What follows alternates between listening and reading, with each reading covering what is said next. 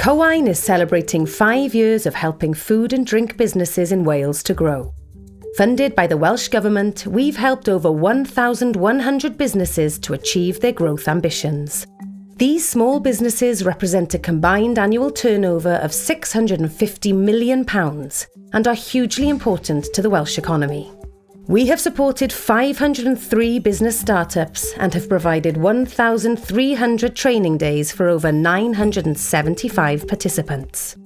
Specialising in helping our clients to maximise their potential in a competitive world, we celebrate the high-quality produce on offer in Wales and the talent of our food and drink entrepreneurs.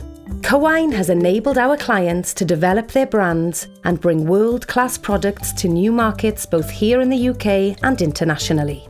Our support has helped Welsh food and drink businesses to employ 327 people, creating the equivalent of 265 new full-time jobs in the sector.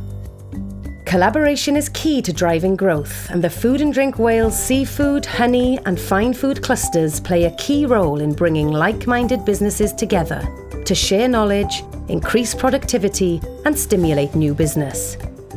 Cywain's dedicated team are here to support Wales's food and drink producers, large and small.